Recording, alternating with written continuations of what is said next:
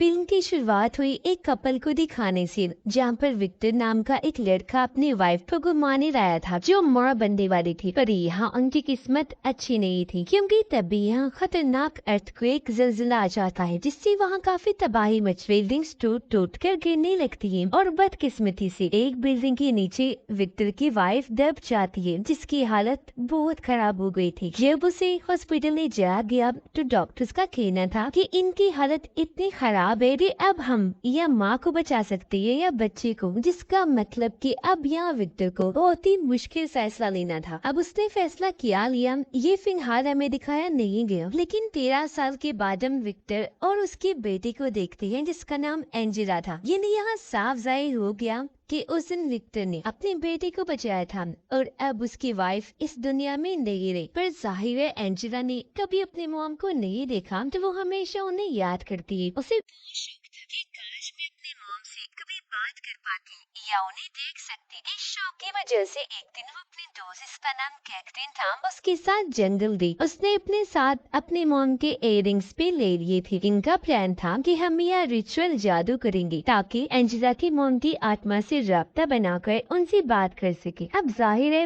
वो कोई इस चीज में माहिर तो थी नहीं जो रिचुअल कर पाते। उन्होंने बस वैसे किया था ताकि कोई अच्छी उम्मीद तो मिले, पर यहाँ उनके साथ बहुत बड़ी गड़बड़ हो गई। जो रिचुअल उन्होंने किया गॉड से दुआ मांगकर एंजेला की मॉम से बात करने के लिए, वो तो कामयाब नहीं हुआ, पर उल्टा उनकी आवाज एक खतरनाक डीमन शैतान ने सुनी थी। और अब वो यह इन पर हाजिर हो गया, इन्हें हवा में ऐसे गायब कर लेते हैं जैसे वो कभी थे ही नहीं। और अब उनके गायब होने की वजह से एंजेला की डैड और कैथरीन की फैमिली काफी परेशान हो जाती है। उन्होंने पुलिस को भी रिपोर्ट की उनकी लापता होने की। उन्होंने हर जगह उन्हें ढूंढा, पर वो कहीं भी नहीं मिली। कोई सुराग तक वो ढूंढ नहीं पा रही थी। अब जब विक्टर घर आया तो कुछ औरतें उसके घर के बाहर दुआएं कर रही थी, रिचुअल कर रही थी, जिन सबको विक्टर वहाँ से भगा देता है, क्योंकि उसका इन चीजों पर यकीन नहीं रहा जब से उसकी वाइफ की मौत हो गई थी। पर फिर भी जैसे तैसे उन सब की दुआएं काम कर जाती हैं, क्योंकि 3 दिन के बाद दोनों लड़कियां एक शर्ट से मिल जाती हैं जो उनके एरिया से काफी दूर था। दोनों को फौरन वहाँ से लाया गया। अब उन्हें लग रहा था कि हम सिर्फ 2 या 3 घंटे के लिए ही गायब हुई थी, पर धक्का उन्हें तब लगता है जब उन्हें पता चला कि हम 2-3 घंटे नहीं बल्कि 3 दिन से लापता थी। दोनों लड़कियों की हालत देखकर साफ लग रहा था कि ये वो एंजेला और कैथरीन नहीं है जो गायब हुई थी, बल्कि अब वो अपने साथ एक खतरनाक डीमन को ले आई थी, क्योंकि उनके हाव भाव, बर्ताव, हर चीज एकदम बदल गई थी। ये कुछ खाती पीती नहीं थी, अजीब तरह से रहती और ऐसी ऐसी ताकते इस तरह की चीजें दिखाती है जो 13 साल के बच्चियों में हो ही नहीं सकती। दोनों लड़कियां एक दूसरे को महसूस भी कर सकती थी, क्योंकि इन दोनों को एक ही शैतान ने पोजेस्ड अपने कंट्रोल में किया था। यानी दोनों के अंदर एक ही डीमन है। इनमें बहुत गुस्सा भर गया था। एंजेला की हालत तो अचानक इतनी खराब हो गई थी, वो अपने घर में अपने डैड को ही मारने लगी। वो बार बार अपने माँ से मिलने की जिद करते हुए गुस्सा दिखा रही थी, यहाँ तक कि अपनी नाखून खुद ही खींच लेती है और अपने पेट पर मारकर उसने जख्म कर दिए थे, जिसकी हालत देखकर उसे फौरन हॉस्पिटल ले जाया जाता है। ना सिर्फ एंजेला का बल्कि कैथरीन का भी यही हाल था। उसके मिलने की खुशी में चर्च में दुआएं हो रही थी, जश्न मनाई जा रही थी, पर वो इन चीजों से चिढ़ जाती है। वो चर्च का सारा खाना और शराब खराब कर देती है। अपना हुलिया भी उसने काफी बिगाड़ लिया था, कपड़े गंदे, बाल बिखरे हुए, काफी अजीब हालत में वो चर्च में आती है। बहुत जोरों से चिल्लाने लगी, क्योंकि उसके अंदर शैतान था जो उसे ये सब अच्छा नहीं लग रहा था। इसीलिए उसे भी फौरन उसी हॉस्पिटल में ले जाया गया। दोनों बच्चियों की हालत देखकर उनकी मोम डैड आपस में बात करने लगी। कैथरीन के मोम डैड कहते हैं कि वो लड़के जरूर जिगदन से अपने साथ को डीमन लेकर आएंगे जब भी उनका ऐसा हाल है। यहाँ वो इस बारे में भी बात करते हैं कि जब जीसस क्राइस्ट को क्रॉस पर लटकाया गया था तो वो वहाँ से हेल यानी जहन्नम गए थे शैतान के पास, ताकि उसे अपने कब्जे में कर ले। ऐसा करने के बाद वो वहाँ से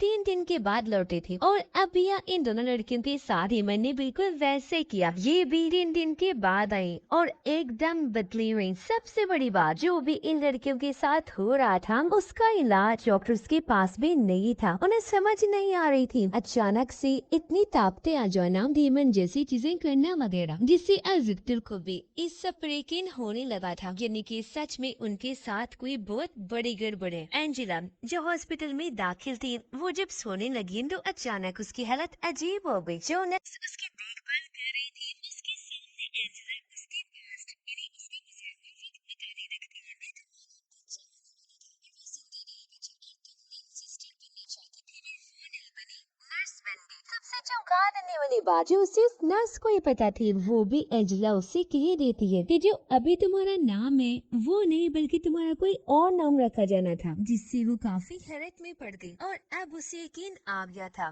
कि एंजेला के अंदर जो भी है इनके डेमन वो बहुत ही खतरनाक ताकतवर है, क्योंकि ये सारी नर्स की जिंदगी की वो बातें थी जो उसने कभी किसी को भी नहीं बताई थी। वो इस सब से डरकर विक्टर से जाकर मिलती है, उसे बताने लगी कि ये चीज नॉर्मल से काफी आगे जा चुकी है, इस तरह का केस मैंने आज से पहले नहीं देखा। वो उसे एंजेला की तरफ से की गई और भी चीजें बताती है पर विक्टर को समझाने लगती है, जिसके बाद वो उसे एक किताब भी देती है जो एक काफी मशहूर राइटर ने लिखी थी। उस राइटर की बेटी के अंदर भी डीमन आ गया था और चौंका देने वाली बात ये है कि वही डीमन अब यहाँ आ चुका है जिसका नाम पजूजो डीमन है, जिसने एंजेला और कैथरीन को पोजेस्ट किया हुआ है। नर्स उसे कहती है कि मेरी बात का यकीन अगर तुम्हें नहीं आ रहा तो तुम उस राइटर की किताब पढ़ लो। उसके अंदर उसने जैसा बताया कि मेरी बेटी के साथ ये हुआ, इन दोनों बच्चों के साथ भी वही हो रहा है। अब तुम इस किताब को पढ़ के उस राइटर से मिलने जाओ। मिस्टर विक्टर ने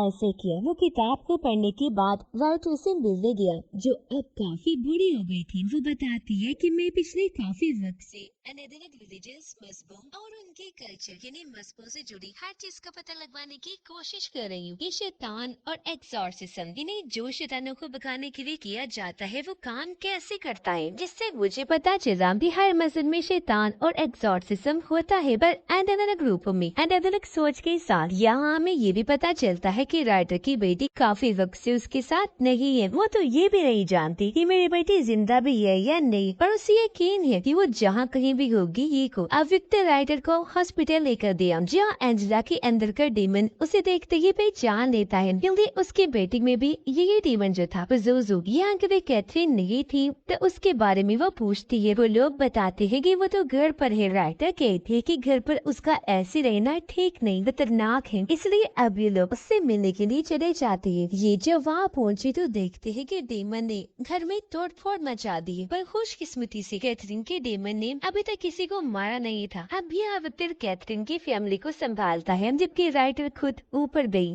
कैथरीन से मिलने के लिए। इसकी हालत बहुत खराब थी, वो काफी भयानक लग रही थी, अपने कंट्रोल में तो बिल्कुल भी नहीं थी। और अब जैसे ही राइटर उसके पास आई, कैथरीन का डेमन उससे उसकी बेटी के बारे में उल्टी सीधी बातें करने लगा कि तुम्हारी बेटी मर चुकी है और अब हेल की आग में जल रही है। जिसके बाद कैथरीन का डेमन एक क्रॉस लेकर राइटर पर हमला कर देता है और उसकी दोनों आंखें फोड़ के रख देता है, जो चीज बहुत भयानक थी और बेचारे राइटर के लिए अफसोस वाली भी थी, क्योंकि वो सालों से ये सब सीख रही थी। पर आज डेमन ने उसकी आंखें फोड़ के रख दी। उसे ये अंदाजा नहीं था किस तरह पहली शैतान ताकतवर खतरनाक था, अब भी होगा। और ऐसे सारे डीमंस होते हैं, उसे ख्याल करना चाहिए था, पर डीमन के खतरनाक होने का अंदाजा उसे इसलिए भी नहीं हुआ क्योंकि उसने कभी भी एक्सॉर्सिज्म होते हुए अपनी आंखों से देखा ही नहीं, और ना ही ये भी डेमन अपने कंट्रोल से बाहर होकर क्या क्या तबाही मचा सकता है। अब विक्टर राइटर को हॉस्पिटल लेकर गया और उससे माफी मांगता है कि मैं ही तुम्हारे पास आया, ना तुम यहाँ आती और ना तुम्हारा ये हाल होता। जिसके जवाब में राइटर कहती है कि इसमें तुम्हारा कोई कसूर नहीं और मैं नहीं मानती कि मेरी बेटी मर चुकी है। जो चीज शैतान ने कही, मुझे लगता है कि वो मुझे कमजोर करना चाहता है, तो तुम भी कमजोर मत करना, क्योंकि इस डेमन को हराने के लिए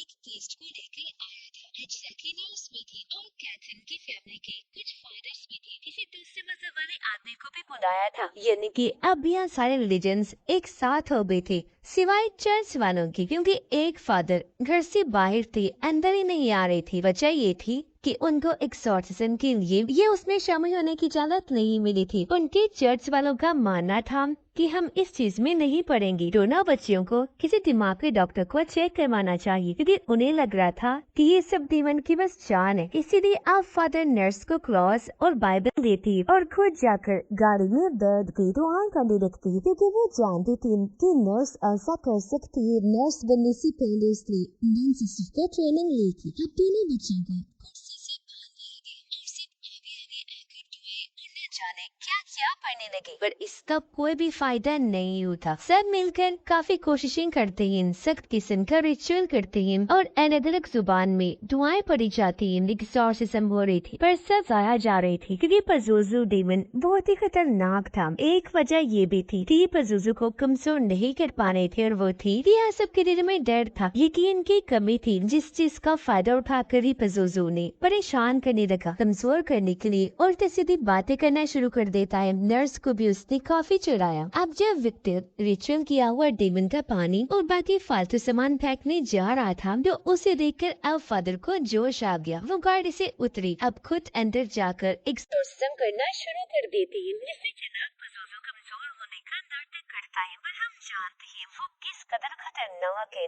वो फादर की गर्दन को बुरी तरह मरोड़ के रख देता है और ऐसे उनकी दर्दनाक मौत हो जाती है, जो भयानक नजारा देखकर सब काफी डर जाते हैं। अब यहाँ ये राज खुलता है कि 13 साल पहले विक्टर की वाइफ की हालत खराब हो गई थी। जैसा कि मैंने आपको बताया, डॉक्टर्स ने उसे 2 ऑप्शन दिए थे, यानी वो अपने बच्चे को बचाए या वाइफ को, पर हमें लगा था कि उसने अपनी बेटी को बचा लिया क्योंकि एंजेला जिंदा थी, लेकिन ऐसा नहीं था। वो तो डॉक्टर्स को ये कहना था कि मेरी वाइफ को बचाओ, जबकि उसकी वाइफ बार बार ये कह रही थी कि मुझे नहीं, मेरी बच्ची को बचाया जाए, पर क्योंकि वो काफी जख्मी थी, इतना खून बचाने की वजह से उसकी मौत हो गई। तब डॉक्टर्स ने टाइम बर्बाद ना करते हुए फौरन उसकी बेटी एंजेला को बचा लिया। जो जानते विक्टर अपनी वाइफ के लिए दुखी भी होता है और इस बात से भी खुश था कि उसने मेरी बेटी को बचा लिया गया। पर अब यहाँ पज़ुज़ू ने एक ऑप्शन देता है। वो कहने लगा कि तुम्हें दोनों बच्चियों में से किसी एक को चुनना होगा, एंजेला को या कैथरीन को, और सिर्फ एक ही जिंदा बचेगी। अगर दोनों में से किसी को भी ना चुना गया तो दोनों ही मारे जाएंगे। अब पहले तो कोई भी उनमें से किसी को नहीं चुनता, क्योंकि उन्हें लग रहा था कि डेमन हमारे साथ खेल रहा है, वो हमें परेशान करने की कोशिश में है। असल में वैसा कुछ नहीं होगा। पर थोड़ी देर बाद जब दोनों बच्चियों की हालत खराब होने लगी, उन्हें तकलीफ हो रही थी, तो सबको यकीन आ गया कि डेमन सही कह रहा है, हमें उनमें से किसी एक को चुनना है, वरना वो दोनों को ही खत्म कर देगा। अब दोनों बच्चियों के अंदर क्योंकि एक ही डेमन था, तो एक साथ ही उनकी दिल की धड़कन धड़क रही थी। अब ऐसे भी विक्टर अपनी बेटी एंजेला को चुन लेता है, जबकि कैथरीन की डैड उसे, जिससे अब अचानक ही एंजेला हवा में उड़ने लगी और उसके मुंह से काले रंग की खतरनाक चीज निकलने लगी, जो ऊपर की तरफ जा रही थी। और ये वही जगह थी जहाँ पज़ुज़ू ने दोनों बच्चियों की आत्माओं को कैद करके रखा हुआ था। और अब यहाँ दोनों ही बच्चियों की दिल की धड़कनें रुक जाती हैं और पज़ुज़ू कैथरीन की आत्मा को अपने लिए इस्तेमाल करने लगा, जिससे यहाँ ये राज खुलता है कि असल में डेमन ने उनके साथ चाल चली थी। उसने उनके सामने 2 ऑप्शन में से एक को चुनने को इसलिए कहा ताकि एक को वो लोग चुनकर जिंदा बचा लें, जबकि दूसरे की आत्मा को डेमन अपने लिए इस्तेमाल करी, जिस चीज से लोग अनजान थे कि ये चीज डेमन ने उनके साथ इनडायरेक्टली की, उन्हें बेवकूफ बनाकर, क्योंकि ये डेमन्स बगैर इजाजत किसी पर जुल्म कर सकते हैं, तकलीफ दे सकते हैं, पर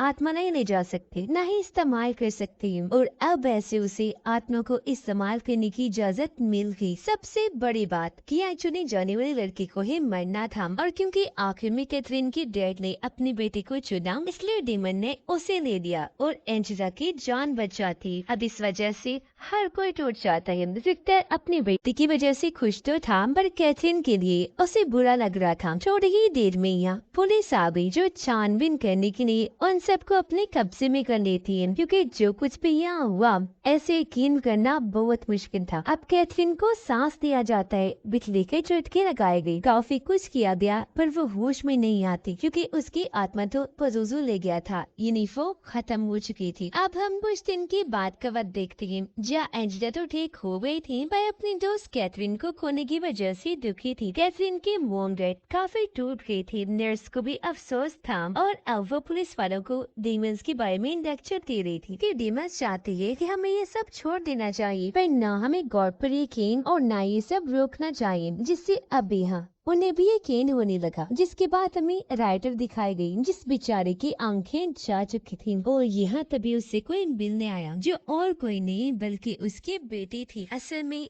वो उसके बेटे की आत्मा थी जिसे वो सच समझती। और इसी के साथ इस फिल्म की कहानी यहीं पर खत्म हो जाती।